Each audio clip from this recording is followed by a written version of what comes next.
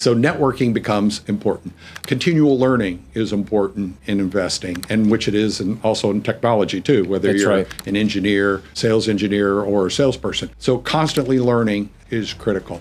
Being able to analyze deals was important. Ability to do analysis and work with numbers is important. I think also developing mentors. Yes. Especially, I could have done a better job of finding mentors who could help me. I've got people that help me understand certain asset classes and whether or not an investment is good or not.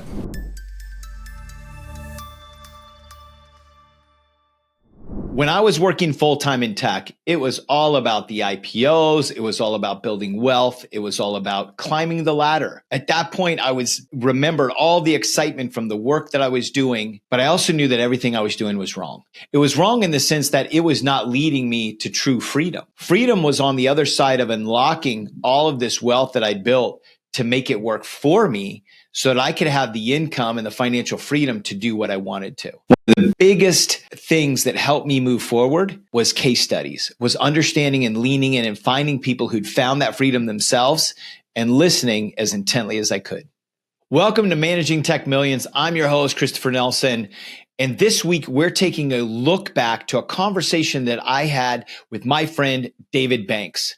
Now, it's so important that we have case studies that we can look at when we're trying to understand how to move from being a money maker to being a money manager. Case studies allow us to do a few things. With a case study, when you listen to how somebody breaks down what they accomplish step by step, it gives you clarity. And when you have clarity, that's going to build confidence that you can accomplish the same goal. When you feel the clarity and the confidence, that's going to give you commitment. This is really possible. You're also going to be able to take away as you listen to a good case study is what it takes to be competent in the new skills that you need in whatever endeavor that is you're going to pursue. Today, David Banks, we're talking about how he built a business out of his portfolio, and he tells you the name Addison Financial. That is his business that he built while working in tech. He is going to share with us today the steps that he broke down while he was in tech, what are some of the things he started to do, and how he planned to hit that off ramp so that he can now be living a lifestyle by design. Excited to share this with you. Let's get to the episode.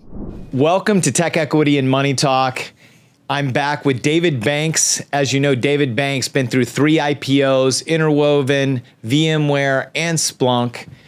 And he's here to talk today, not about his tech sales career, but about how he transitioned from being a money maker to a money manager.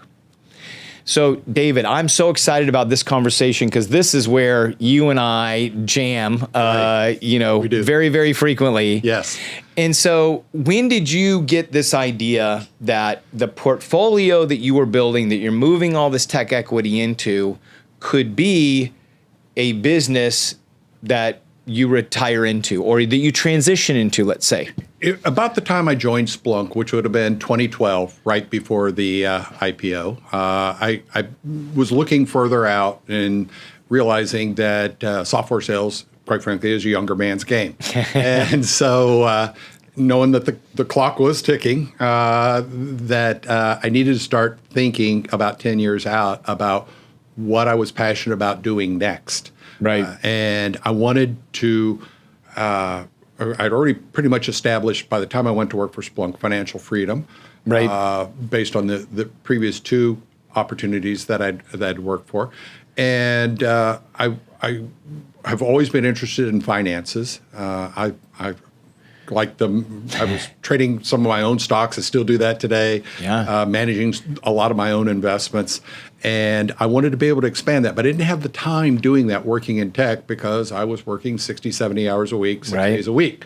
So I began thinking about that. And to get started, one thing that we did is, again, through our network, the value of the network, I began to meet people who were in the rental housing. So keep in mind, this is post great financial collapse. Right. Post 2008, so this probably around. Yeah, so this is about 2012 when we're still kind of coming out of the recovery and going through it.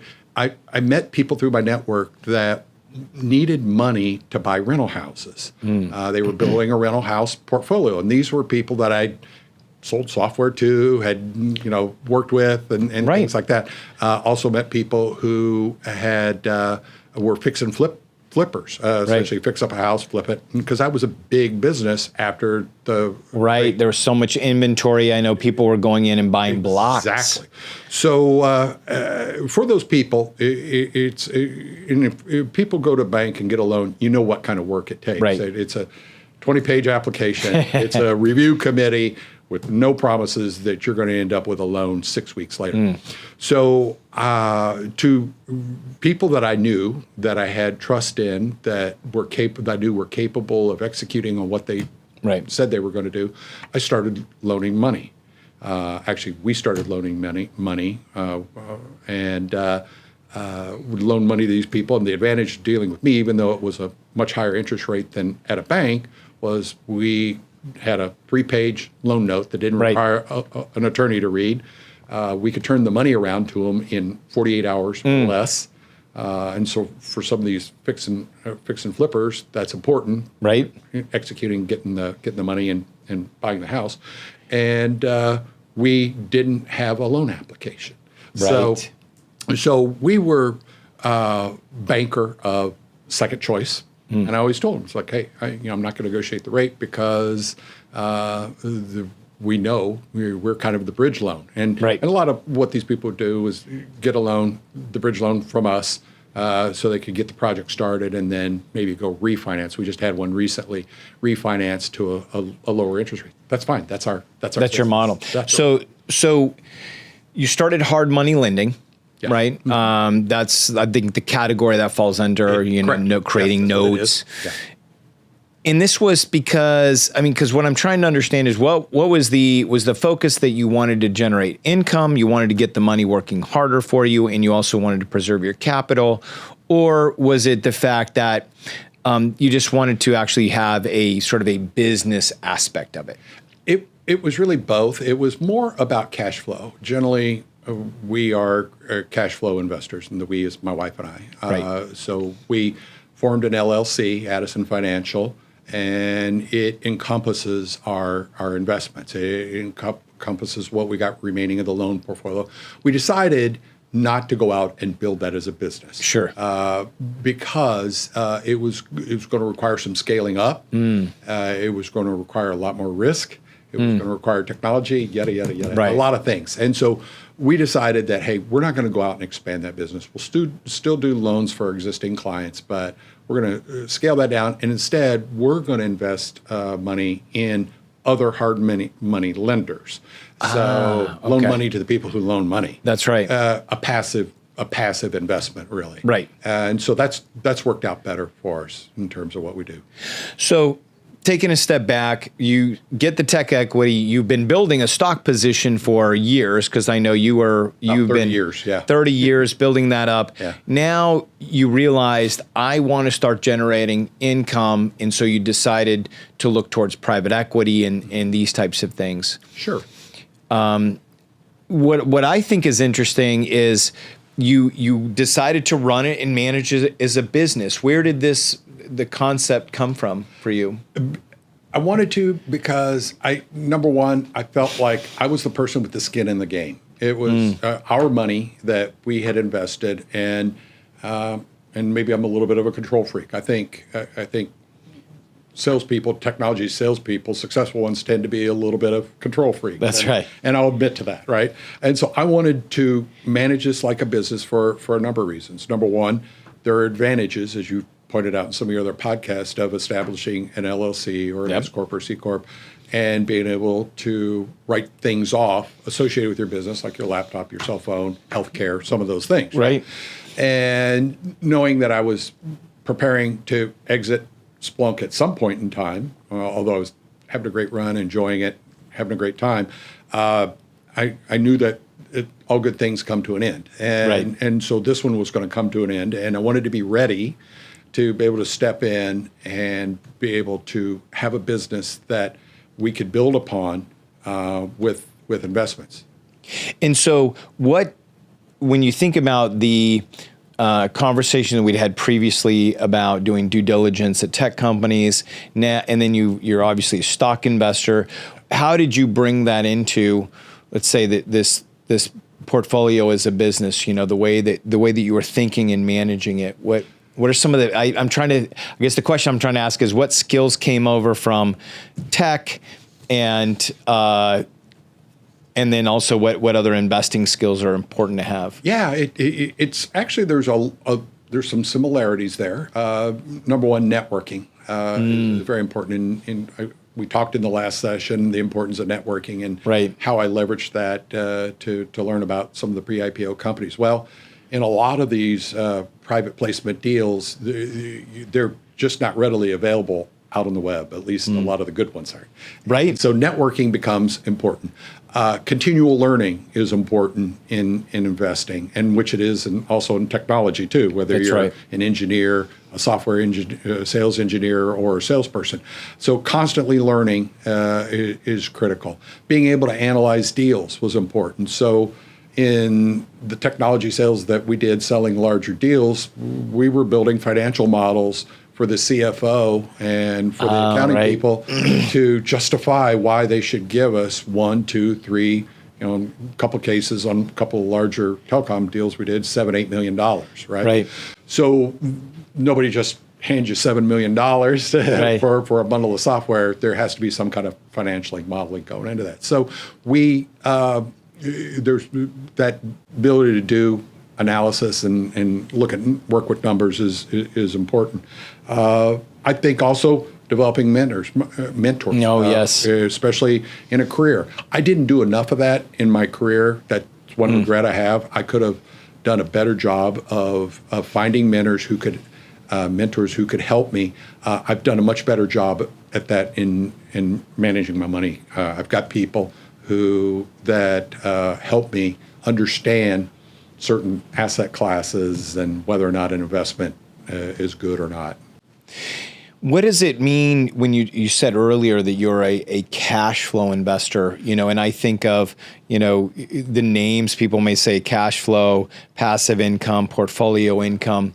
How do you think about that and describe that? So I look at it this way. I've actually built a chart for it, but there's people who are really focused on growth, where they want to invest in, say, a piece of land, common with new development, and have a 3, 4, 5x return. Or maybe they're investing in a multifamily property and they're focused on the 2x return that might come from it. Other people, like ourselves, are invested in cash flow, the reoccurring, consistent, every month, every quarter cash flow that's produced from the profits associated with that investment. And so we tend to be more cash flow investors.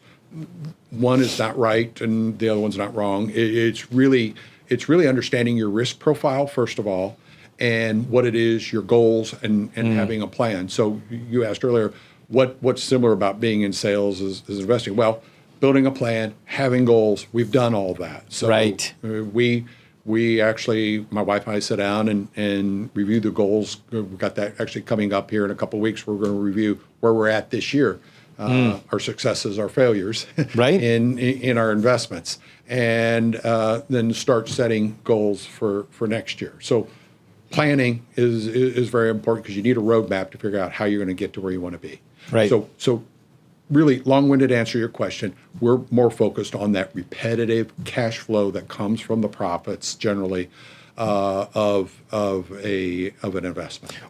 And the way that I like to describe that is it's different than, like, I think a lot of people get they understand this traditional model that's a lot of financial advisors advocate for, which is you have a growth stock portfolio, you get it to a certain number, and then you take distributions or you sell assets. And that is your quote unquote cash flow, and you want it to grow faster than you're taking money out. That's one strategy. An income focused strategy is where you are preserving the principal and you want that investment to give you exhaust from operations, so it's giving you profit. You're taking that your original capital is preserved or growing. Those are the two key things. And I agree with you. And so now as you started getting into, and it sounds like, what I like about this is, and this is where you and I geek out all the time, is it's not just about, when you say running your portfolio as a business, it's not just putting it in an LLC. Right. It is that we're going to have plans, we're going to have goals, and then we're going to measure, okay, where were we? Do you do that quarterly? I look at it pretty much monthly, quite truthfully. Right. So I've got a spreadsheet. I've actually got a couple spreadsheets. My wife handles a lot of the accounting, and so she's tracking the distributions you talked about coming in. Right. Have we been paid? Have we been paid on time? We still have loans out there where they're making monthly interest payments. Right. So we have all that we track. She focuses on that part. I track overall performance. How is our investment doing? Right. The health of the investment. So she's going in tracking almost like accounts receivable, any type of accounts payable. Yeah. I mean, I truly moved my business over to, I'm sure you have yours on QuickBooks, right? So I mean, you have your balance sheet, you manage your AR, your AP, right? Because I think, for me, I'd be interested in what it's like for you, but when you're treating it like a business, for some reason, if it's personal finance, like, oh, I got some money, like, hey, we're going to go to the ice cream shop. And I know for us, like post Splunk, the reason that we started shoving ours in an LLC and getting it outside of our personal finances is we started having kids, and then we realized if you have money in your bank account, it'll just bleed into your lifestyle. Yes. And I think part of that is because it's right in front of you and you're going to have more emotional decisions. You're not going to be intentional, versus when you're running a business and you have, you treat it like official business meetings. Yes. And you're managing that way.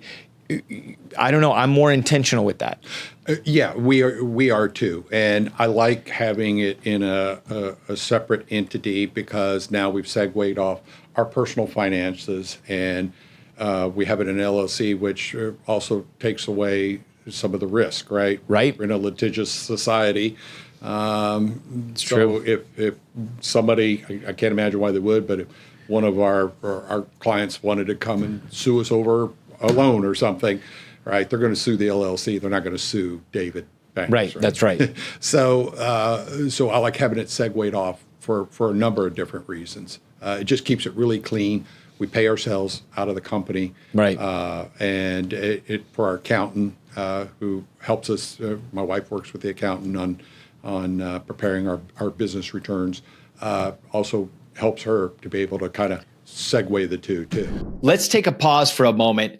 I know this episode is going very, very deep into David Banks' journey, and he gives us so much insight.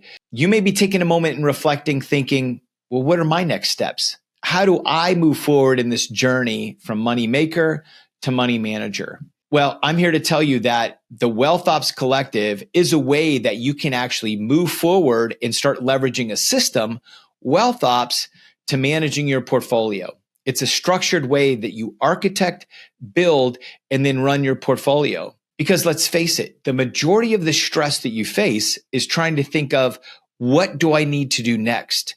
How do I actually efficiently run my portfolio as a business? This takes out all of the hard work, the heavy lifting. You get the opportunity to learn from years and years of putting a system together that works effortlessly. So what you can do is, if you go to wealthopsway.com, we're giving away a free masterclass. You can sign up, submit your application. We only have 20 spots, but submit your application today, because there you can get all of the fundamentals in a 2-day masterclass. That's just a small break. I want to get back to the episode, and let's finish up with David Banks. Right. See the both. And I think it's important, because when you manage it, I think when you treat it like and again, I think coming from tech, I think of my portfolio as a scaling business. Like, I want it to grow. Right. I don't, where I think when it's not, my observation is that when it's not treated as such, it's always like an afterthought. Oh, yes. I got to do my personal finances, and not. At what point, I guess it was sometime in Splunk, when all of a sudden this business started becoming like, okay, I want to really invest in this business, and what was it like, trying to stand up your portfolio as a business while you're still working? Yeah, I didn't do that much of it during Splunk. Okay. I was doing the loan business. Right. That was fairly simple because, again, it was to people that I had a previous relationship with. After Splunk is when I really dug in to investing in multifamily properties and mobile home parks, and that was really a bigger task because I spend probably between the networking and all that. I enjoy it, so I don't look at it as work. It's the other thing I do now. Right. I spend about 25 to 30 hours a week on that. And right. So again, it's enjoyable. It's still free form because I'm in control of my schedule and my time. Yeah, and I think people don't understand, like, this is where I don't know. I got this vision. I always thought, like, you see, not all the guys, some guys in Silicon Valley, and we were talking, I know, earlier about some leaders that we admire, and they, have careers that last into their 60s and 70s, and, God bless them, like, they love that. But I also saw people that transitioned out and became full-time investors. Right. And I thought to myself, I could do that. Yes.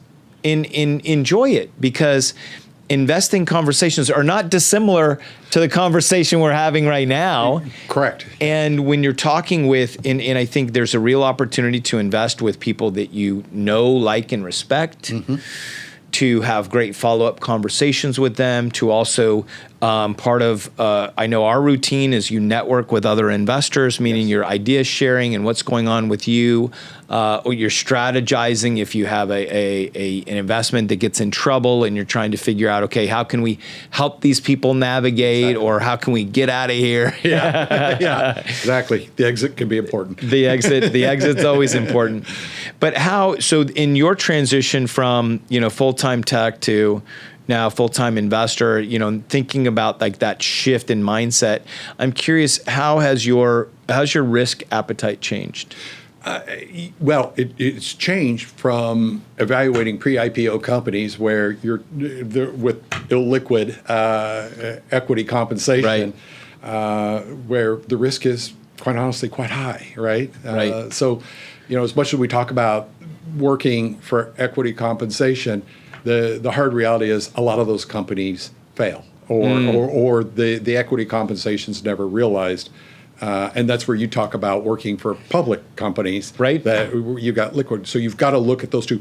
I was focused on probably the most riskiest, which was the pre-IPO companies. I didn't have a crystal ball. I didn't know if these things were going to work out. One of them didn't, as we talked about in the last session. It was a total miss. My equity compensation was worth zero because the company was really worth zero. So anyway, so now it's different. I'm probably actually in a more conservative place because we're focused on cash flow. We're focused on analyzing companies and investments that have a track record, are producing. Yeah. They're generally public. There's a lot of information. You get their financials. It's a whole different game. So I would say I'm much more conservative now than I was in the role of evaluating pre-IPO companies to work for. Yeah, definitely.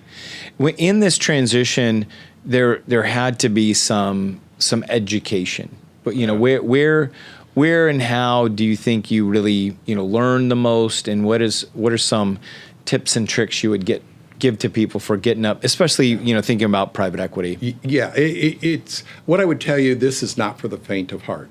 The private equity. You need to somewhat dedicate yourself to learning, which I did through taking in-person and online classes, particularly in the asset classes that were invested in, mobile home parks and multifamily apartments.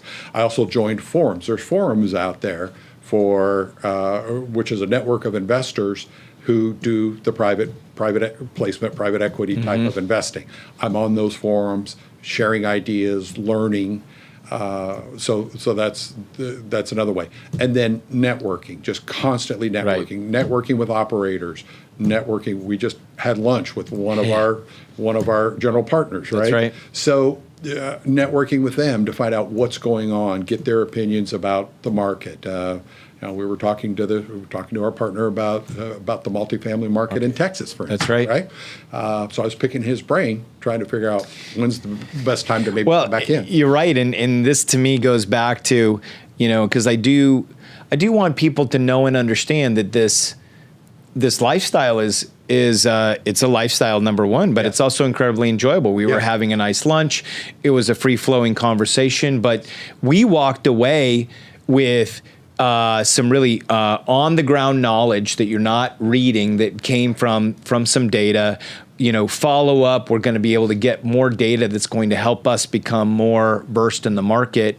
But it's all happening with friends having conversation. It's exactly right. You've got to dedicate yourself. You've got to do these things, and you've got to stay educated, because these investments can go sideways in a really bad way if you really don't know what you're doing.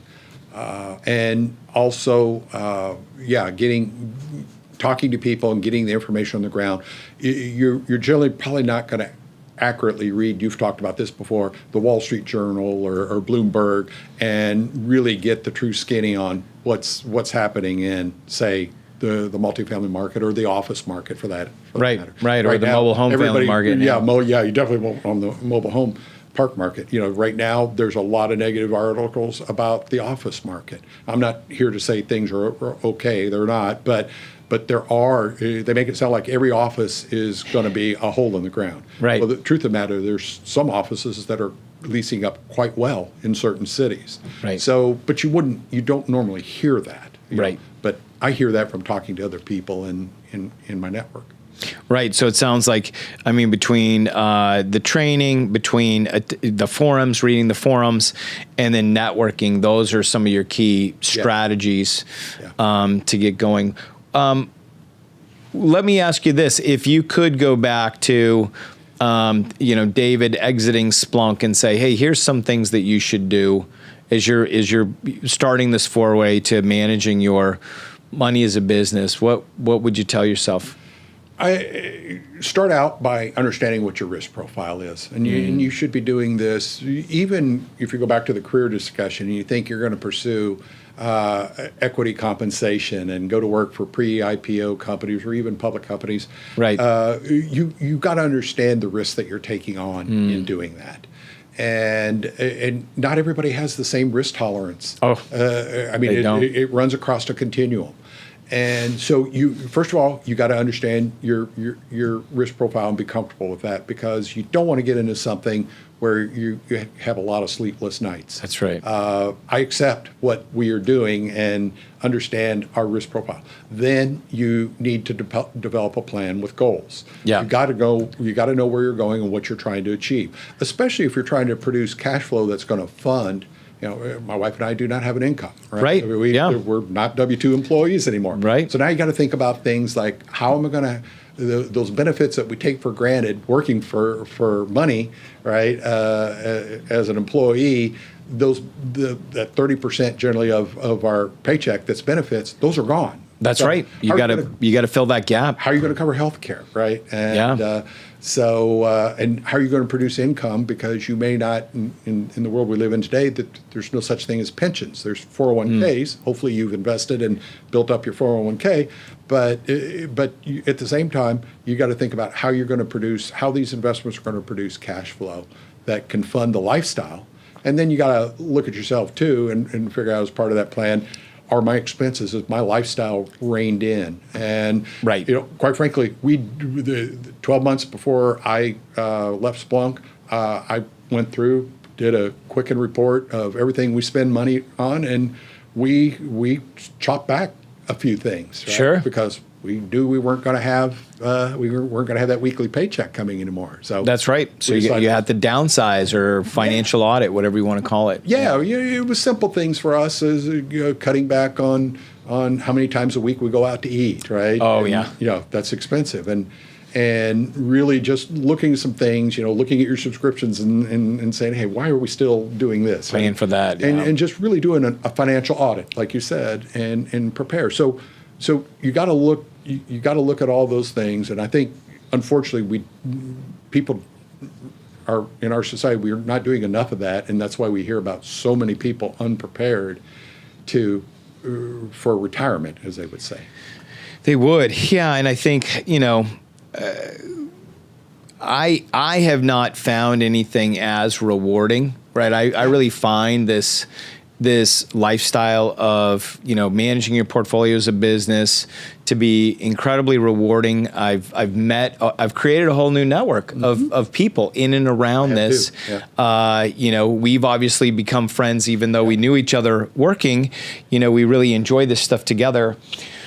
What do you think? I mean, what's your takeaway right now, and what do you think is your vision of your business in the future? So right now, we continue to do what we do.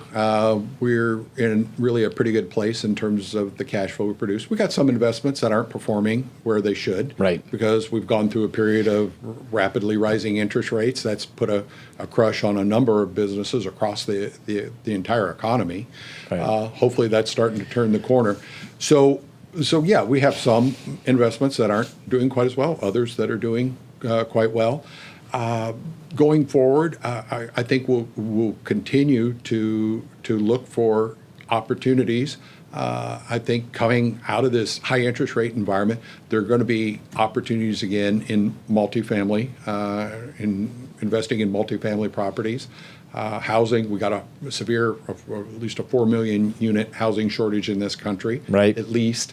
And housing is one of those basic needs next to air, food, and water. Right? Yeah. So I think they're coming out of the wreckage there, and now these what feels like has been difficult times.